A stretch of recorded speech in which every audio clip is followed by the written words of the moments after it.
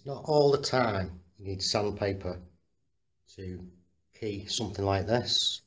It's moulded architrave.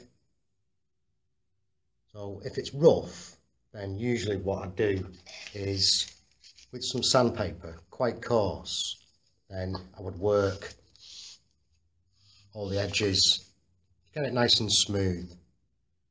But then after that, say after your first coat of paint, then there's no need for anything like this. Even fine sandpaper, there's no need.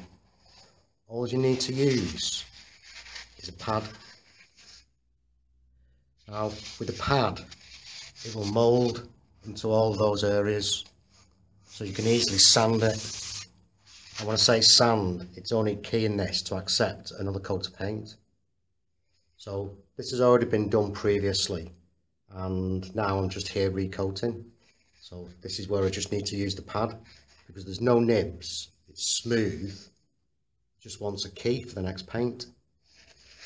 If you notice with this pad, the areas where it's starting to go, well, if this was a rough surface, then this wouldn't last no time at all. No, it would just disintegrate. Because it's smooth, it's okay. Things like this will happen maybe when you catch these corners when you're coming round. So, good idea for when you're sanding anything like this, when it's nice and smooth.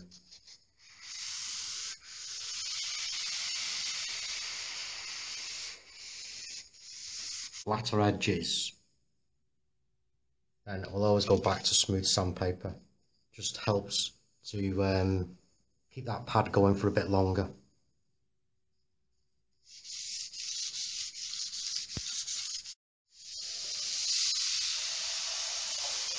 Really is the quickest way to sand something like this. Literally 2 wipes there, that's done.